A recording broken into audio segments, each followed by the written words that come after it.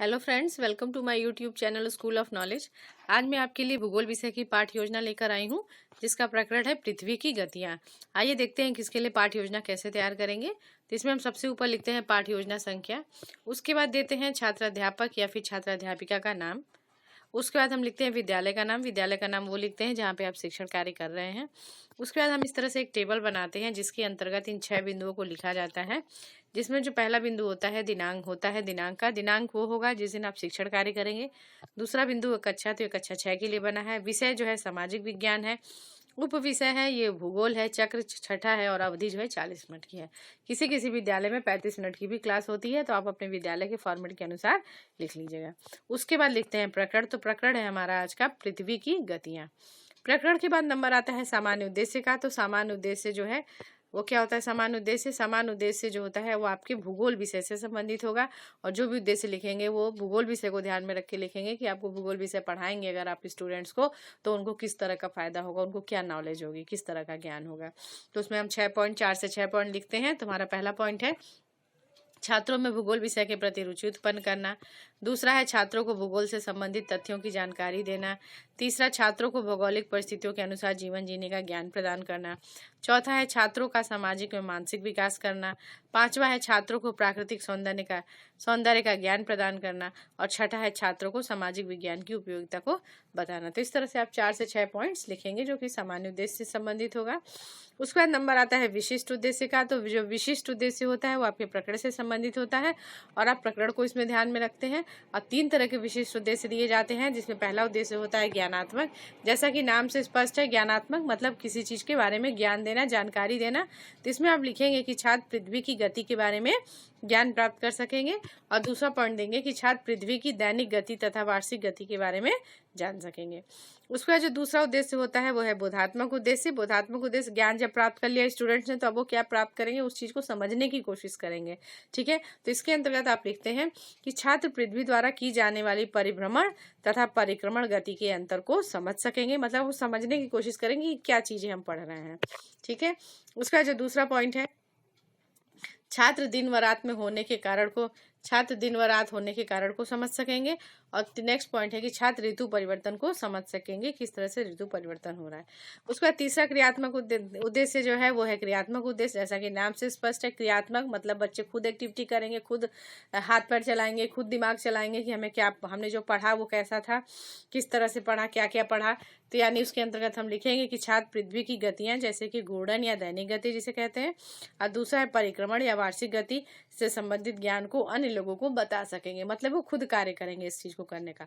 और सेकंड है कि छात्र दिन व रात होने का प्रयोगात्मक अध्ययन कर सकेंगे, मतलब एक्टिविटी करना है छात्रों को। ठीक है, उसका नंबर आता है सहायक सामग्री का। तो सहायक सामग्री में हम लेते हैं ग्लोब नहीं है तो पृथ्वी का दर्शाता मानचित्र भी आप ले सकते हैं। ग्लोब लिया, टॉर्च लिया, पृथ्वी की गतियों को दर्शाता चार्ट पेपर ले लिया। ठीक है, चार्ट पेपर पे हमने दर्शाता चार्ट पेपर। उसके बाद लपेट श्यामपट्ट ले लिया, संकेतक आदि ये सब ले लिया। आप मॉडल, अगर आपका मॉडल वगैरह बनाना है तो आप मॉडल भी बना सकते हैं। ठीक है, तो ये आपके ऊपर डिपेंड करता है। उसके बाद नंबर आता है पूर्व ज्ञान, तब ज्ञान का।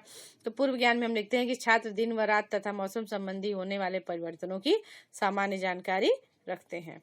ठीक है, उसका नंबर आता है प्रस्तावना प्रश्न का। तो प्रस्तावना प्रश्न के लिए हम एक तरीका होता है प्रस्तावना प्रश्न निकालने का। आपको पता है कि प्रस्तावना प्रश्न से हम क्या निकलवाते हैं, प्रकरण निकलवाते हैं। और प्रकरण जो है छोटे छोटे क्वेश्चन के माध्यम से निकलवाया जाता है, और जो कि बच्चों के पूर्व ज्ञान से संबंधित होता है। तो आइए देखते हैं कि प्रस्तावना के लिए प्रश्न कैसे तैयार करते हैं। इसमें इस तरह से एक टेबल बनाते हैं, जिसमें पहला होगा टेबल में पहले कॉलम होगी क्रम संख्या की, दूसरी छात्र अध्यापिका कथन और तीसरा है छात्र कथन का। तो इसमें शिक्षिका क्या प्रश्न करती है स्टूडेंट से कि हमें प्रकाश कहाँ से प्राप्त होता है। तो बच्चे क्या आंसर करेंगे कि हमें प्रकाश सूर्य से प्राप्त होता है। सभी बच्चे जानते हैं कि हमें जो रोशनी मिलती है, प्रकाश मिलता है, किससे मिलता है? सूर्य से मिलता है। बच्चों ने आंसर कर दिया। अब आप बच्चों के आंसर को लेकर नेक्स्ट प्रश्न तैयार करेंगे। ठीक है, तो बताइए सूर्य के चारों तरफ कौन चक्कर लगाता है? तो बच्चे आंसर कर देंगे, क्योंकि सौर मंडल पढ़ चुके हैं तो बच्चे आंसर कर देंगे कि सूर्य के चारों तरफ ग्रह जो है चक्कर लगाते हैं। फिर आप जो बच्चों ने आंसर किया उसको लेके आप नेक्स्ट क्वेश्चन बनाएंगे कि हमारे सौर मंडल में कुल कितने ग्रह हैं। तो बच्चे क्या आंसर कर देंगे, चूंकि पढ़ चुके हैं तो तुरंत आंसर कर देंगे कि टोटल सौर मंडल में 8 ग्रह हैं। ठीक है, उसका जो इनका आंसर आया उसको लेके आप नेक्स्ट क्वेश्चन तैयार करिए कि इन 8 ग्रहों के नाम बताइए, या फिर आप पूछ सकते हैं कि कुछ ग्रहों के नाम बताइए।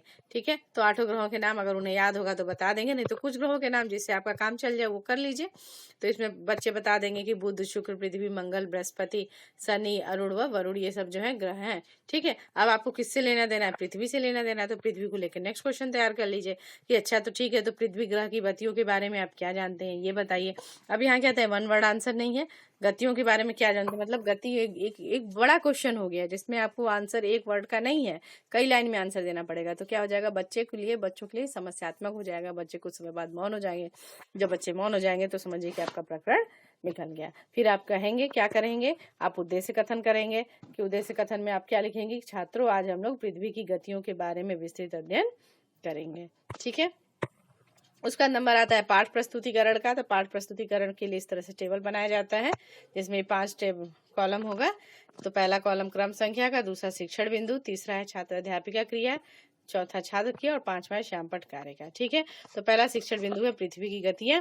इससे रिलेटेड एक आध हम विकासात्मक प्रश्न पूछ लेते हैं। जब भी आप कोई भी प्रकरण पढ़ाने जा रहे हैं टॉपिक, जब आपको उसको समझाना है तो थोड़ा सा एक आध क्वेश्चन विकासात्मक प्रश्न पूछने का होता है।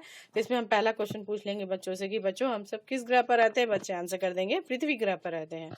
फिर पूछ लिया कि पृथ्वी की आकृति कैसी है? तो बच्चे बता देंगे कि पृथ्वी गोलाकृति की है, नारंगी की आकृति की है, गोलाकार है। फिर आप क्वेश्चन करेंगे कि पृथ्वी की गतियों के बारे में आप क्या जानते हैं? बच्चे क्या हो जाएंगे, मौन हो जाएंगे। समस्यात्मक हो गया। जब समस्यात्मक हो गया तो शिक्षिका क्या करेगी, स्पष्टीकरण देगी। ठीक है, स्पष्टीकरण में क्या देगी कि पृथ्वी की गति 2 प्रकार की होती है। पहली गति क्या है, घूर्णन या परिभ्रमण गति, और दूसरी गति जो होती है वो परिक्रमण होती है।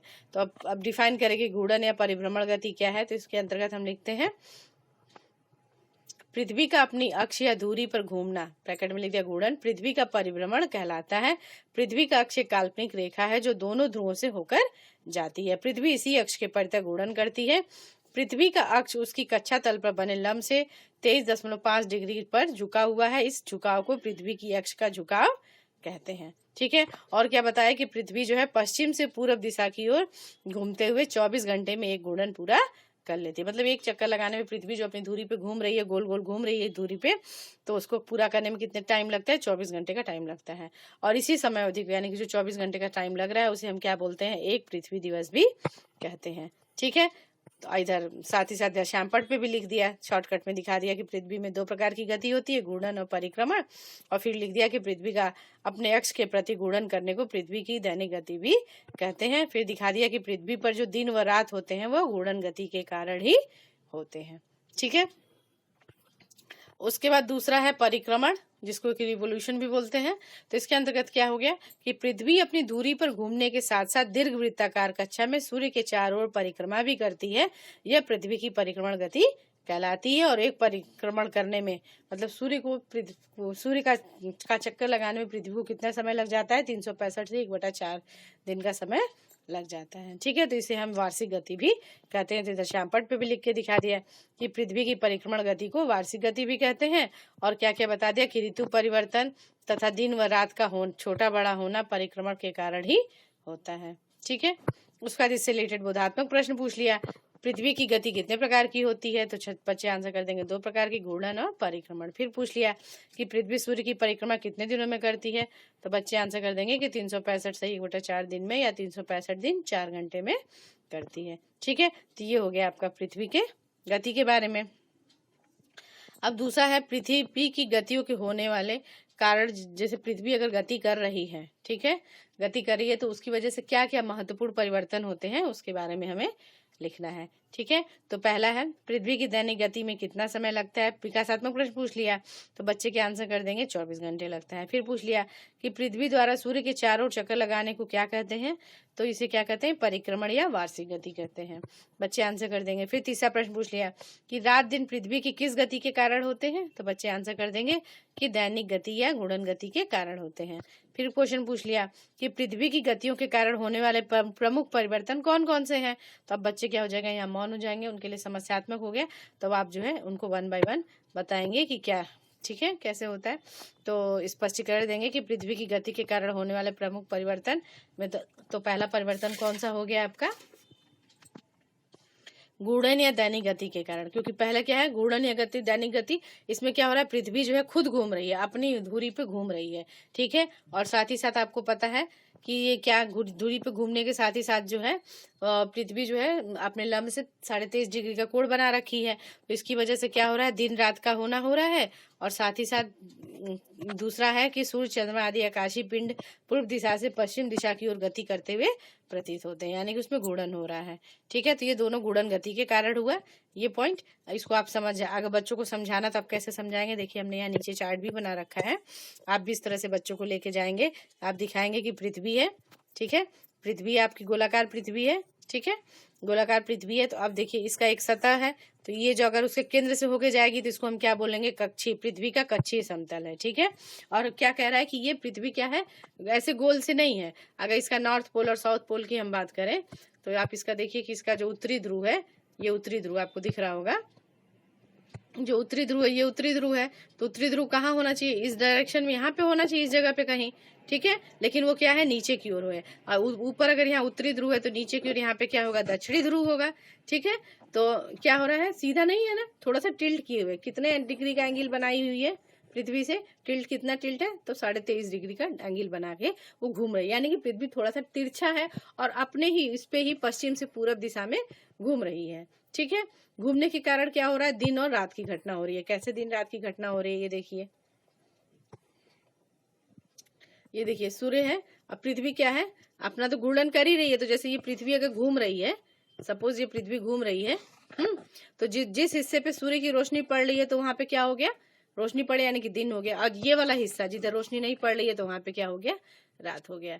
और क्या क्या लॉन्ग डे और शॉर्ट डे की भी बात होती है कि मतलब जहाँ पे इंटेंसिटी ज्यादा हो रही है, जहाँ ज्यादा सूर्य का प्रकाश पड़ रहा है जब, तो यानी कि बड़ा दिन हो रहा है। और जब जहाँ पे इंटेंसिटी कम पड़ रही है तो उस जगह पे रात दिन जो है छोटे होते हैं, तो रात बड़ी होती है। आपको भी पता है 24 घंटे में बटा हुआ है कि 12 घंटे दिन 12 घंटे रात होता है, लेकिन कभी ऐसा मिलता नहीं है मौका। बहुत ही पर्टिकुलर कुछ कुछ डेट्स होते हैं जिस दिन पे आपको 12 घंटे का दिन और 12 घंटे की रात मिलती है, ठीक है। तो ये हो गया आपका पृथ्वी की घूर्णन गति के कारण होने वाले परिवर्तन।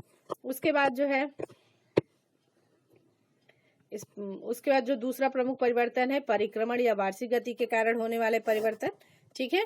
तो इसमें क्या क्या होता है, इसमें ऋतु परिवर्तन होता है, मौसम में परिवर्तन, फिर है दिन रात का छोटा बड़ा होना, फिर है हवाओं और धाराओं का बदलना, नेक्स्ट है ज्वार भाटा का आना, उसके बाद नेक्स्ट है सूर्य ग्रहण तथा चंद्र ग्रहण का होना, फिर क्या है कि कर्क और मकर रेखाओं का निर्धारण, फिर नेक्स्ट है सूर्य की किरणों का पृथ्वी पर सीधा एवं तिरछा पड़ने के कारण प्रकाश की तीव्रता में अंतर होना, और नेक्स्ट है विषव अपसौर और उपसौर की स्थिति का होना।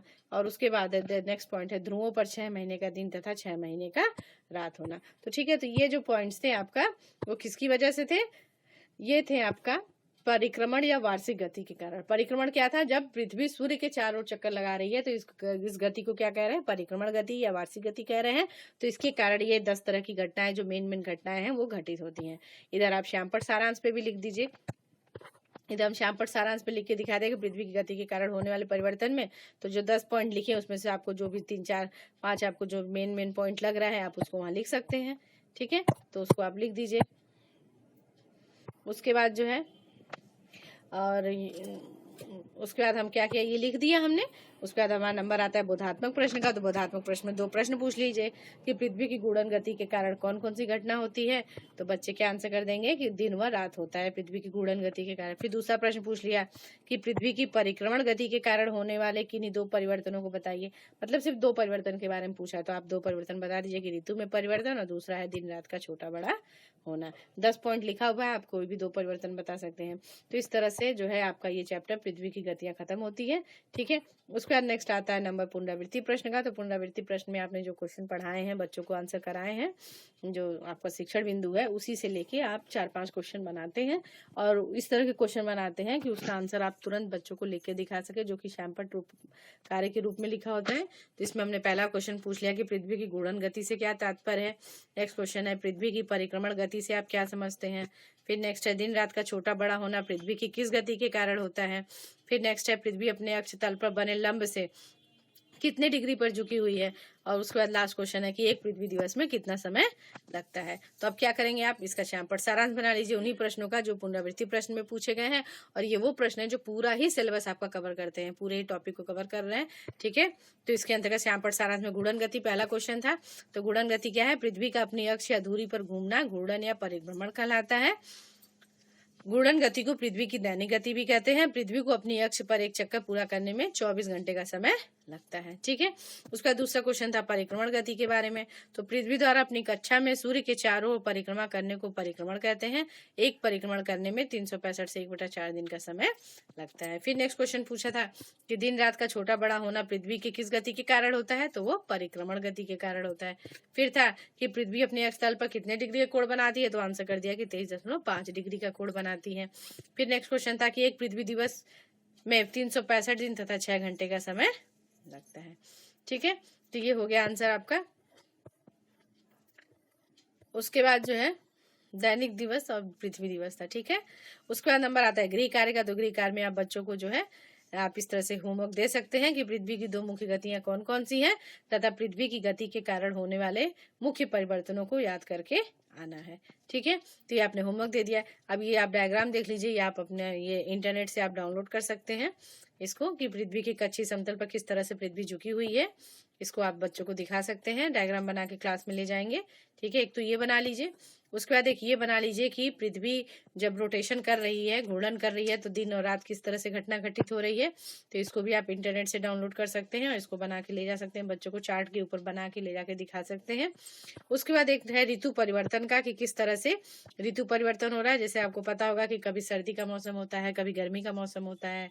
ठीक है, तो क्यों कभी सर्दी लगती है, क्यों कभी ठंड लग रही है, तो उसमें दोनों ही गतियां काम करती हैं, घूर्णन गति और परिक्रमण गति दोनों ही काम कर रही है। तो किस तरह से कि सूर्य की रोशनी जब सूर्य के पास ज्यादा पृथ्वी रहती है, ठीक है, तो कैसा मौसम है, शरद ऋतु का मौसम है। जब दूर जा रही है तो कैसा मौसम है, ठंडा मौसम है। जब पास आ रहा है, जब सूर्य की ओर मुंह है तो गर्मी है, और दूर पास का चक्कर है। ठीक है, तो इस तरह से आप इस डायग्राम को भी समझा सकते हैं बच्चों को। तो इस तरह से आप 3 डायग्राम आप जरूर दीजिए इस लेसन प्लान को बनाते समय और पढ़ाते समय। ठीक है, सो फ्रेंड्स, ये थी हमारी आज की पाठ योजना। फ्रेंड्स, आपको मेरी पाठ योजना कैसी लगी प्लीज कमेंट करके जरूर बताइएगा। अगर आपको अच्छी लगी हो तो प्लीज इसे लाइक करें, शेयर करें और मेरे चैनल को सब्सक्राइब करें। अगले लेसन प्लान में आपसे फिर मुलाकात होगी, तब तक के लिए आप अपना ध्यान रखें। Take care, bye.